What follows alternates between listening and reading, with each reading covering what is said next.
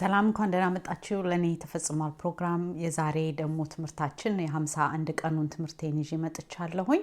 እሱም ጌታ ኢየሱስ የሕማማቱ ሳምንት ላይ ወደ መስቀል ከመሄዱ በፊት ደቀ መዛሙርቶቹን ሰብስቦ ራት ሲበሉ ባለውና የተናገረውን መልእክት ነው ይዤላችሁ የመጣሁት። እና እንጀራውን ቆርሶ ይሄ ስጋዬ ነው ብሎ እንዳላቸው ጽዋውን ደግሞ አንስቶ ይሄ የአዲስ ኪዳን ደሜ ነው ብሎ ያላቸውን ክፍል ነው የምናነበው። እሱንም የምታገኙት ማቴዎስ ወንጌል ምዕራፍ 26 ከቁጥር 26 እስከ 28 እንደዚህ ይላል። ሲበሉም ኢየሱስ እንጀራን አንስቶ ባረከ፣ ቆርሶም ለደቀ መዛሙርቱ ሰጠና እንካችሁ ብሉ፣ ይህ ስጋዬ ነው አለ።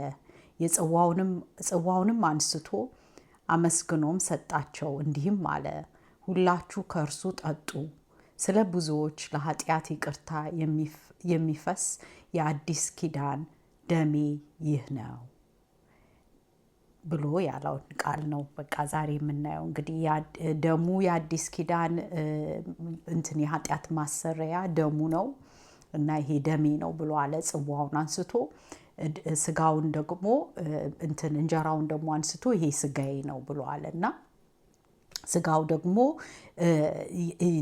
የራሱ ስጋ እንደሆነ ይሄ እንጀራው የስጋው መልእክት እንዳለው ስጋው ሲል ደሜ ሲል በመጽሐፍ ቅዱስ እናየዋለን። እና እንዲያውም ብዙዎቹ አይሁዶች ተሰናክለውበታል። ደሜን ያልጠጣ ስጋዬን ያልበላ ብሎ በሚላቸው ጊዜው እንዴት የሰውን ስጋ እንበላለን? እንዴት የሰውን ደሜን ካልጠጣችሁ ስጋዬን ካልበላችሁ ብሎ እንዴት ይለናል ብለው በጣም ስላልገባቸው ጥለውት ሄደዋል ይለናል የእግዚአብሔር ቃልና እንድታስተውሉልኝ እፈልጋለሁ። ደሜ ሲል ምንድን ማለቱ ነው? ስጋዬ ሲል ምን ማለቱ ነው? ገብቷችኋል? እግዚአብሔር ደግሞ ደም አትጠጡ ብሏል። ገብቷችኋል? በቃሉ ደም ውስጥ ነፍስ አለ፣ ደም ውስጥ ሕይወት አለ ይላል። ስለዚህ ኢየሱስ ክርስቶስ ደሜን ጠጡ በሚላቸው ጊዜ እነሱ እንዴት ደም ጠጣ ብለው ይለናል ብለው ለአይሁዶች ሊቀበሉት ያልቻሉት ለዚህ ነው። ገብቷችኋል?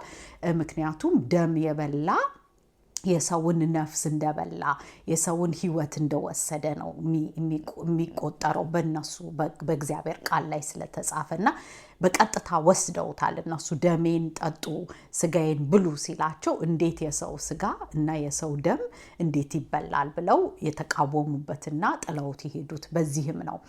እና እሱ ደሜን ጠጡ ሲል ምን ማለቱ እንደሆነ እናየዋለን ዛሬ። ስጋዬን ደግሞ ብሉ ሲል ምን ማለቱ እንደሆነ እናየዋለን ማለት ነው። ገብታችኋል? የመንፈሳዊው ንግግር ነው። የእግዚአብሔር ልጆች በምሳሌ ነው የሚነግራቸው። ለእግዚአብሔር ልጆች በምሳሌ ነው የሚገባቸው እና ምሳሌው ደግሞ ለእኛ እንዲገለጥልን ጌታ ኢየሱስ ክርስቶስ መንፈስ ቅዱሱን ሰጥቶናል። ገብቷችኋል? እና አሁን አንድ ሰው ይሄ ስጋ ነው ይሄ ደም ነው ብሎ እኛ ስጋና ደሙን በምንወስድበት ጊዜ እንዴት ይሄ ደም ይሆናል? እንዴት ስጋ ይሄ እንዴት ይሆናል ብሎ ሊከራከር ይችላል። ይሄ ግን በመንፈሳዊ በእምነት የሚደረግ ስርዓት ነው። ገብቷችኋል? ስለዚህ ስናምነው እሱን ስንወደው ያፈሰሰውን ደም ስንቀበል ማለት ነው። ገብቷችኋል? ያፈሰሰውን ደም ስናምንበት በደም ውስጥ ደግሞ እኛ በሱ ደም በማፍሰስ እኛ ሕይወት ተቀበልን ማለት ነው። እና የሱን ደም በላን ማለት የሱን ሕይወት ተካፈልን፣ የሱን ሕይወት ሰጠን ማለት ነው። ገብቷችኋል? እና ለምሳሌ ደግሞ የሱን ስጋ በላን ሲባል ደግሞ ስጋውን አንስተን ቆርጠን በላን ሳይሆን ወይም ደግሞ ገድለ ነው ስጋውን ቆራርጠን በላ ነው ልክ እንጀራ እንደምንበላው በላ ነው ማለት ሳይሆን በእምነት እሱ የሰጠውን ስጋ መስቀል ላይ ስለሰጠ እኛ ደግሞ የሰማዩ በር ተከፈተልን። የእግዚአብሔርና በእኛ በሰውና በእግዚአብሔር መሀል የነበረው የጥል ግድግዳ ተሰበረልን። ጌታ ኢየሱስ ክርስቶስ ያንን የጥል ግድግዳ ሰበረልን ለማለት ነው። ገብቷችኋል? ይህንን የሚደግፍ ሁሉ ምንድነው ጥቅስ ይዤላችሁ መጥቻለሁኝ። አንደኛ ቆሮንጦስ ምዕራፍ 11 ከቁጥር 24 እስከ 26 እንደዚህ የሚል ቃል አለ። አነብላችኋለሁኝ ከቁጥር 24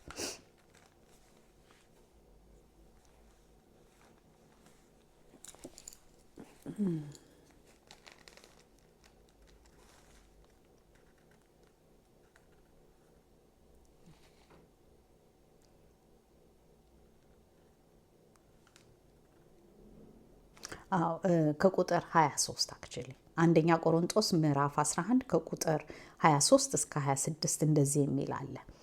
ጌታ ኢየሱስ አልፎ በተሰጠበት በዛች ሌሊት እንጀራን አንስቶ አመሰገነ፣ ቆርሶም እንካችሁ ብሎ ይህ ስለ እናንተ የሚሆን ሥጋዬ ነው፣ ይህን ለመታሰቢያ አድርጉት አለ። እንደዚሁም ከእራት በኋላ ጽዋውን ደግሞ አንስቶ ይህ ጽዋ በደሜ የሚሆን አዲስ ኪዳን ነው፣ በጠጣችሁት ጊዜ ሁሉ ይህንን ለመታሰቢያ አድርጉት አለ። ይህን እንጀራ በበላችሁ ጊዜ ሁሉ ይህንንም ጽዋ በጠጣችሁ ጊዜ ሁሉ ጌታ እስኪመጣ ድረስ ሞቱን ትናገራላችሁና ይላል። አያችሁ፣ እኛ ዋናው እንጀራውንና መብላታችን በሱ ስንሰበሰብ እዚህ ጋር የሚለው ጌታ ኢየሱስ ክርስቶስ ቆርሶ እንጀራውን አመሰገነና ቆርሶ ሰጠ፣ ይሄ ለመታሰቢያ ይሆን ብሎ አለ። መታሰቢያው መስቀል ላይ በመውጣቱ ስጋውን ለኛ ብሎ በመስጠቱ እኛ ስንሰበሰብ በቤተ ክርስቲያን ውስጥ የሚደረገው ስርዓት እሱ ነው። እኛ እንድናስበው የሰጠንን ስጋ እንድናስብ ያፈሰሰልንን ደም እንድናስብበት ነው። ገብቷችኋል? እና ይሄ ደግሞ እስክመጣ ድረስ ዳግመኛ እስክመጣ ድረስ ሞቴን ትናገራላችሁ ይላል። ስለዚህ እኛ ደሙንና ስጋውን በምንወስድበት ጊዜ የጌታ ኢየሱስ ክርስቶስ መጥቶ ስጋውን መስጠቱ ለኛ ብሎ መሰቀሉን፣ መሞቱን፣ እንደገና ደግሞ መነሳቱን ምንናገር ነን። በቃ ያንን ስጋና ደሙን እየወሰድን ሁሌ ደሙን ለኛ አዲስ ኪዳን ሰጥቶናል፣ ደሙን አፍሶልናል፣ ኃጢአታችን ተሰይሮልናል፣ እንደገና ደግሞ ስጋውን ደግሞ ሰጥቶን ከእግዚአብሔር ጋር አስታርቆናል ብለን ሁሌ እስኪመጣ ድረስ ዳግመኛ እኛ ምንናገረው ነው። እና እኛ ደግሞ በምንሰበሰብበት ጊዜ በቤተ ክርስቲያን ውስጥ መታሰቢያ አድርጉት፣ ስጋዬን አንድ ላይ በህብረት ስትበሉ ስጋዬን፣ እንደገና እንትኑንም ደግሞ ጽዋውን ደግሞ ስትጠጡ ደሜን ስትጠጡ ስጋዬን ስትበሉ መታሰቢያ አድርጉት ነው የሚለው። ገብቷችኋል? ስለዚህ መታሰቢያችን ነው። ደሙንና ስጋውን ጠጣን ማለት እሱን አመንን፣ ሞቱን አመንን፣ መነሳቱን አመንን። ገብቷችኋል? ለኛ ለኃጢአታችን ማሰሪያ መሆኑን ለማሰሪያ እንደመጣ ስጋውን እንደሰጠን መስቀል ላይ እንደተሰቀለልን እንደገና ደሙን እንዳፈሰሰልን እና ለኛ አዲስ ኪዳን ከዛን ጊዜ በኋላ አዲስ ማንነት ሰጠን፣ አዲስ ቃል ኪዳን ገባልን ማለት ነው። ኃጢአታችን ተሰረየልን። ከአዳምና ከሔዋን የመጣ ውርስ ካለመታዘዛቸው ከመታለላቸው ሰይጣን ካታለላቸው እርግማን ተላቀቅን ማለት ነው። ገብቷችኋል? ከዛ ያ የድሮ እርግማን እኛ ላይ አይሰራም ማለታችን ነው። ያንን ስናምን ጌታ ኢየሱስ ክርስቶስ ስጋውንና ደሙን ለኛ ብሎ መስጠቱን ስናስብ ይሄንን እስክመጣ ድረስ አስቡት አለን። ገብቷችኋል? ይህንን ደግሞ የምትናገሩት በቃ ይህንን እስክመጣ ድረስ የምትናገሩበት ነው ብሎ ጌታ ኢየሱስ የተናገረውን ቃል ነው አሁን ያነበብኩላችሁ። አሁን ደግሞ ዮሐንስ ወንጌል ምዕራፍ 6 ከቁጥር 35 እንደዚህ የሚል ቃል አለ። የህይወት እንጀራ እኔ ነኝ። ጌታ ኢየሱስ ክርስቶስ ነው ያለው። የህይወት እንደገና አስቡልኝ፣ ይሄ እንጀራ ብሎ ነው የሚለው። የህይወት እንጀራ እኔ ነኝ። ወደ እኔ የሚመጣ ከቶ አይራብም፣ በእኔ የሚያምንም ከቶ አይጠማም። አያችሁ፣ ይኸውን ጽዋው ደሙ በሱ ማመናችን ነው። እሱ ባፈሰሰው ደም ስናምን ነው። እንደገና ደግሞ ወደ እሱ ስንመጣ ደግሞ ከቶ አንራብም። ገብቷችኋል? ከቶ ነፍሳችን አትቅበዘበዝም። ከቶ ዳግመኛ ሌላ ነገር አያምረንም። ገብቷችኋል? በቃ የእግዚአብሔር ልጆች ሆነን የእግዚአብሔር አገልጋዮች ሆነን የእግዚአብሔር ሆንን ማለት ነው። በፊት የዲያብሎስ ልጆች ነበርን። ባለመታዘዝ በአንዱ ባለመታዘዝ ምክንያት ኃጢአት ለሰው ሁሉ ገባ፣ ለሰው ሁሉ ኃጢአት ሰራ ማለት ነው ይላል። በአንዱ ደግሞ በኢየሱስ ክርስቶስ ሰው ሆኖ በመጣውና በመታዘዙ እስከ ሞት ድረስ በመታዘዙ ደግሞ ያ ህይወት መጣልን ለኛ። ለዚህ ነው ጌታ ኢየሱስ እኔ የህይወት እንጀራ ነኝ ያለው። በሱ እሱን ስናምነው እሱ የሰጠውን ስጋ ስናምን እሱ የሰጠንን ደም ያፈሰሰውን ስናምን ከቶ አንራብም፣ ከቶ አንጠማም ነው የሚለው። በመንፈሳዊ ዓለም ህይወት አገኘን ማለት ነው። በመንፈሳዊ አሁን ልክ እንጀራ ስንበላ እንደ ሰርቫይቭ እንደምናረግ ህይወት የሚኖረን በቃ ምግብ ስንበላ ነው አይደለ? ለስጋችን ለመንፈሳዊም ደግሞ ኢየሱስኛ ውስጥ ሲሆን ነው፣ የሱ መንፈስን ስንቀበለው ነው ህይወት የምናገኘው። አለበለዚያ ነፍሳችን ትጠፋለች። ገብቷችኋል? እና የመንፈሳዊውን ምግብና የመንፈሳዊውን መጠጥ ነው የሚያወራው እንጂ ይሄ አሁን ምግብ እንጀራ እንደምንበላው አይደለም። እና ሁሌ በምሳሌ ነው የእግዚአብሔር ቃልን ጌታ ኢየሱስ የሚነግረን። ሌላው ደግሞ ጌታ ኢየሱስ ክርስቶስ የገዛ ስጋውንና ደሙን ይዞ ወደ ቅድስተ ቅዱሳን ውስጥ እንደገባ የእግዚአብሔር ቃል ይነግረናል። እና እሱንም ደግሞ እናንብበው። ዕብራውያን ምዕራፍ 9 ከቁጥር 11 እስከ 14 እናንበው።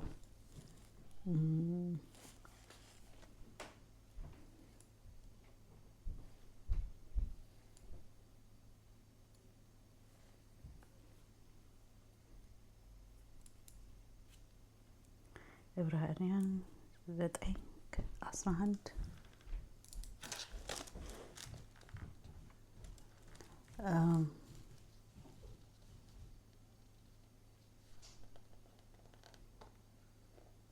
እንደዚህ ይላል። ነገር ግን ክርስቶስ ይመጣ ዘንድ ላለው መልካም ነገር ሊቀ ካህናት ሆኖ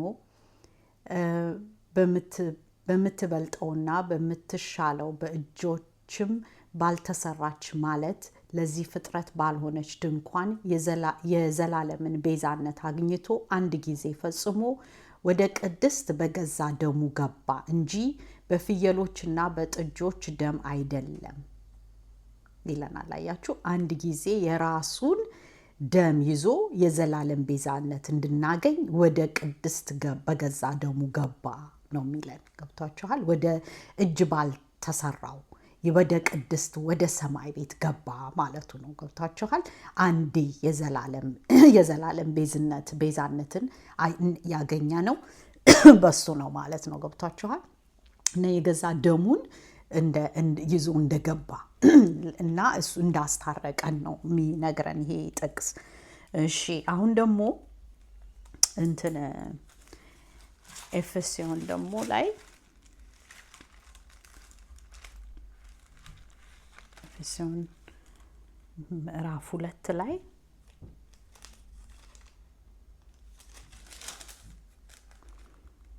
ምዕራፍ 2 ከቁጥር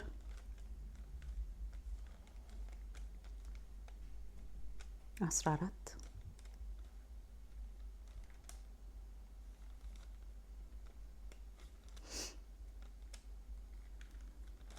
ከቁጥር 14 ኤፌሶን ምዕራፍ 2 ከቁጥር 14 እስከ 18 እንደዚህ ይላል። እርሱ ሰላማችን ነውና ጌታ ኢየሱስ ክርስቶስ ማለት ነው። ገብታችኋል? ሁለቱን ያዋሃደ በአዋጅ የተናገሩትንም የትእዛዝንም ሕግ ሽሮ በመካከል ያለውን የጥል ግድግዳን በስጋው ያፈረሰ፣ ይህም ከሁለታቸው አንድን አዲስ ሰው በራሱ ይፈጥር ዘንድ ሰላምን ያደርግ ዘንድ ጥልንም በመስቀሉ ገድሎ በእርሱ ሁለታቸውንም በአንድ አካል ከእግዚአብሔር ጋር ያስታርቅ ዘንድ ነው። ይሄ እንግዲህ እኛንና እግዚአብሔርን ሊያስታርቅ ፈለገ። በሰላማችን ሆነ፣ አዋሃደን ነው የሚለው። እንዴት ነው ያዋሃደን? የጥል ግድግዳውን በስጋው ስላፈረሰ ነው ይለናል። አያችሁ፣ ይሄ ስጋዬ ነው ያለው። ስጋው አፈረሰው። ምኑን ያፈረሰው? የጥል ግድግዳውን አፈረሰው። እንዴት ነው ያፈረሰው? በእኛና በእግዚአብሔር መካከል ያለውን የጥል ግድግዳ ያፈረሰው ስጋውን በመስቀል ላይ አሳልፎ ራሱን ነፍሱን አሳልፎ በመስጠቱ ነው። ገብታችኋል? ስለዚህ በራሱ ስጋው አፈረሰልን። ምንን? የጥልን ግድግዳ። ከዛ እኛንና እግዚአብሔርን አስታረቀ። ገብታችኋል? ስለዚህ እሱ ሰላማችን ነው ነው የሚለን እና ሰላም አደረገ በእኛና በእግዚአብሔር መሃል ሰላምን አደረገ እና በመስቀል ነው የገደለው በመስቀሉ ገደለው ነው የሚለን ገብቷችኋል ጥልንም በመስቀል ላይ ኃጢአትን በመስቀል ላይ ገደለው ነው የሚለን እና እሱን እንድትይዙልኝ ነው ሌላው ደግሞ አንደኛ ጴጥሮስ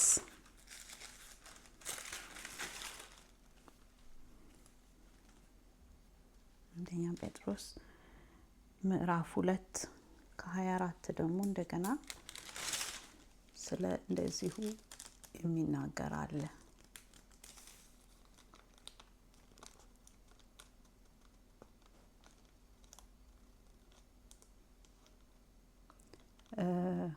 ራሱን አሳልፎ ሰጠ ጌታ ኢየሱስ ማለት ነው ለኃጢአት ሞተን ለጽድቅ እንድንኖር እርሱ ራሱ በስጋው ኃጢአታችንን በእንጨት ላይ ተሸከመ አያችሁ እኛ ለኃጢአት ሞተን በጽድቅ እንድንኖር ገብታችኋል ራሱን አሳልፎ ሰጠ ጌታ ኢየሱስ ክርስቶስ ራሱን አሳልፎ የሰጠው እኛ በጽድቅ እንድንኖር ነው በስጋው ደግሞ ኃጢአታችንን በእንጨት ላይ ተሸከመ በመገረፉ ቁስል ተፈወሳችሁ ይለናል እንደ በጎች ተቅበዝብዘን ነበረ ነፍሳችንም እረኛና ጠባቂ አልነበራትም ነበር አሁን ግን እረኛም ኖረን ጠባቂ ኖረን ነፍሳችን ጠባቂ ኖረው ነፍሳችን እረኛ አገኘ ማለት ነው ገብታችኋል እንዴት ነው ያደረገው ኃጢአታችንን በእንጨት ላይ ተሸከመልን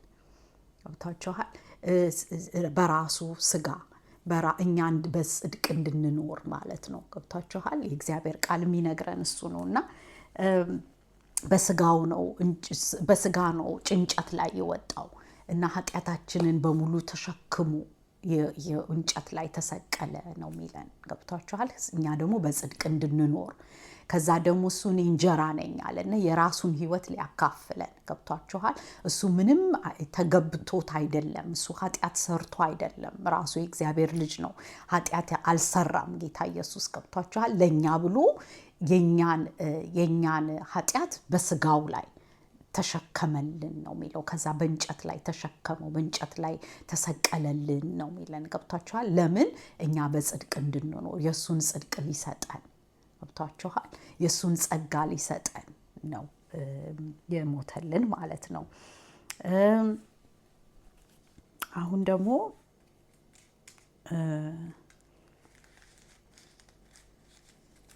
ሌላው ደግሞ አንደኛ ዮሐንስ ምዕራፍ 1 ደግሞ እንደዚህ የሚል ቃል አለ አንደኛ ዮሐንስ ምዕራፍ 1 ቁጥር 7 እስከ 9 እንደዚህ ይላል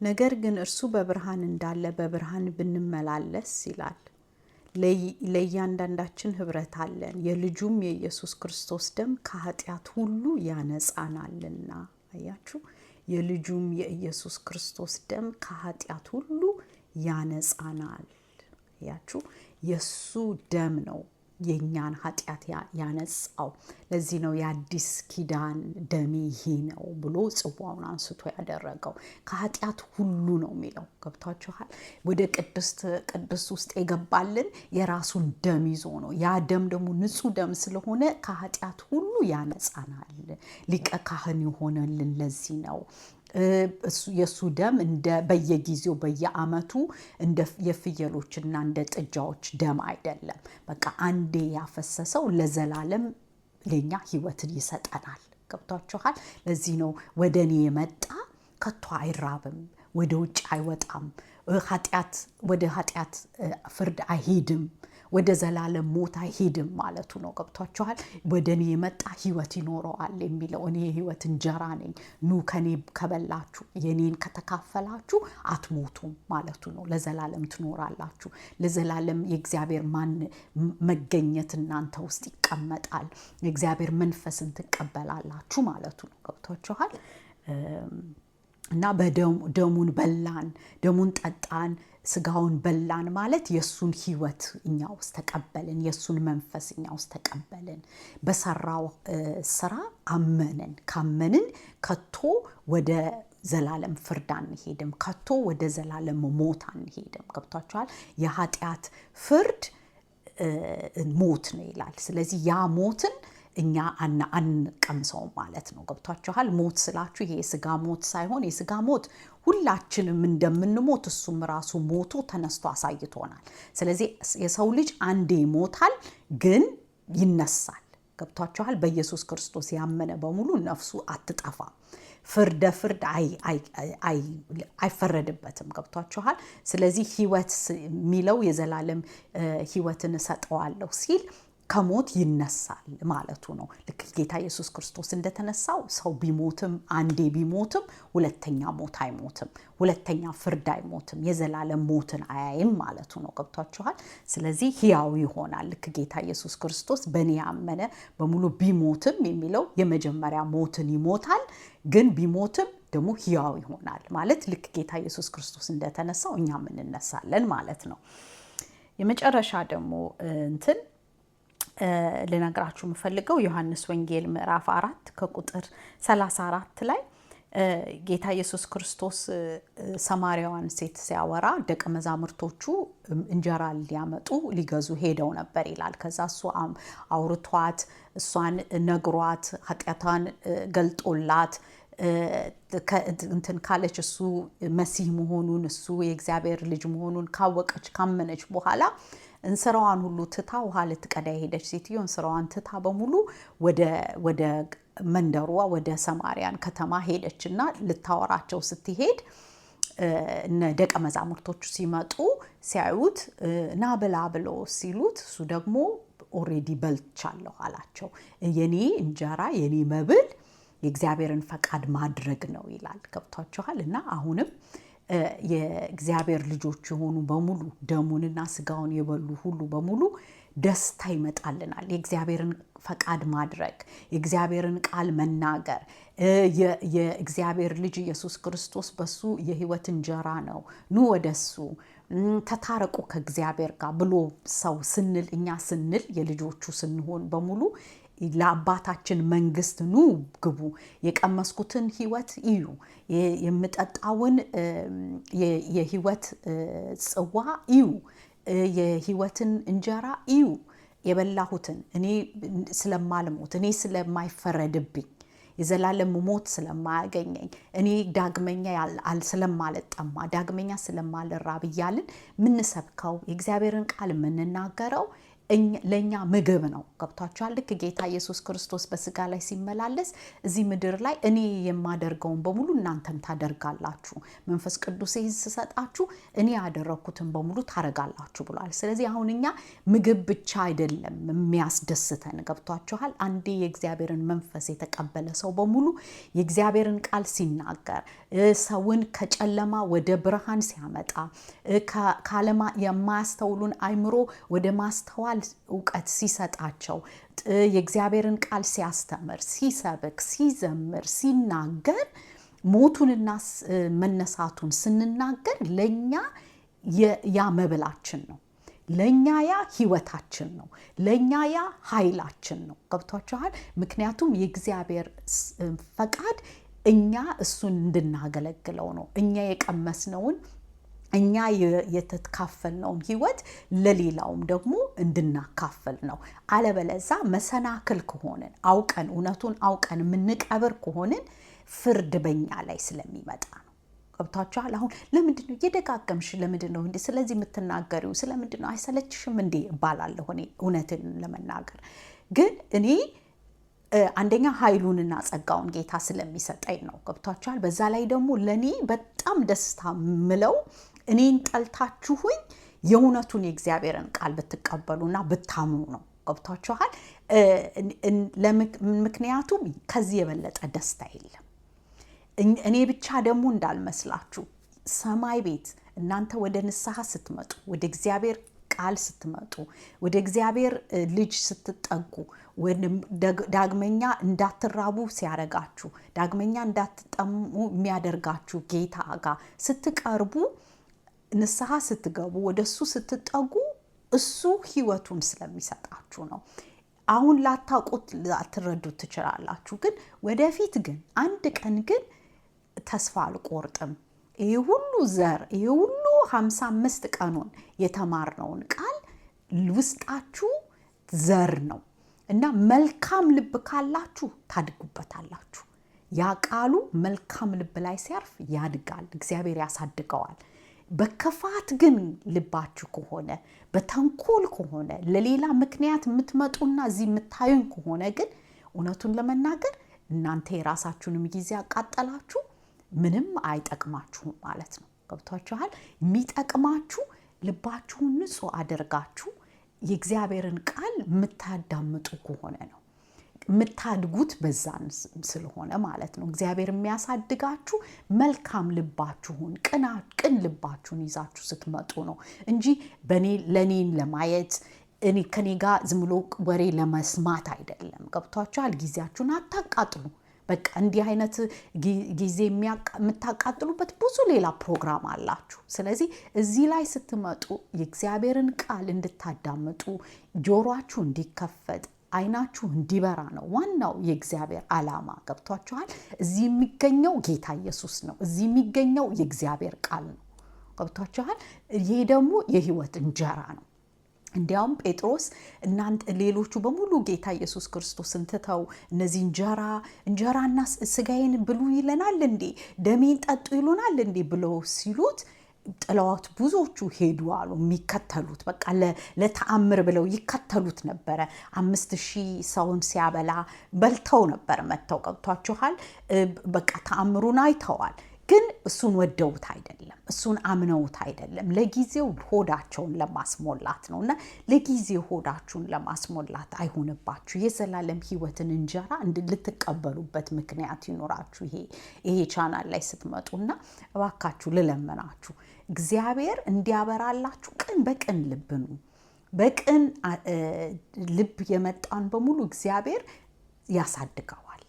ምክንያቱም ጴጥሮስ ራሱ ሁሉም በሚሄዱበት ጊዜ ጌታ ኢየሱስን ክርስቶስን ጥጠውት ሲሄዱ ስጋዬን ያልበላ ደሜን ያልጠጣ ማለቱ በስጋዬ ጥሉን የእግዚአብሔር ጋር እንዳስታረቅኳችሁ በስጋዬ ማታምኑ ከሆነ ደሜን ማፍሰሴንና እናንተን ከኃጢአት መፈወሴን ካላመናችሁ ማለቱ ነው። ገብታችኋል? ደሜን ያልጠጣ ስጋዬን ያልበላ ይህንን ደግሞ ለመታሰቢያ ሁሌ ስትበሉ ስትሰበሰቡ ማስታሰቢያ አድርጉት ብሎ ያለውን ካላደረጋችሁ ምንድነው የሚሆነው መሰላችሁ? የዘላለም ህይወት አይኖራችሁም። ለፍርድ ነው የምትቀመጡት ማለት ነው። ስለዚህ በተለይ ክርስቲያን ይሆናችሁ ዝም ብሎ ለብ ያለ ክርስቲያን ከሆነ ይለናል። ገብቷችኋል? የእውነት በቃ በስም ብቻ ክርስቲያን የሆነ ላስታውቀው ነው ልጥለው ነው ያለው ልተፋው ነው ያለው። ለብ ያለን አይወድም። ወይ ቅዝቅዝ ብላችሁ በቃ ምንም የማታውቁ ከሆናችሁ እግዚአብሔር በጸጋው በራሱ በምህረቱ ያድናችኋል።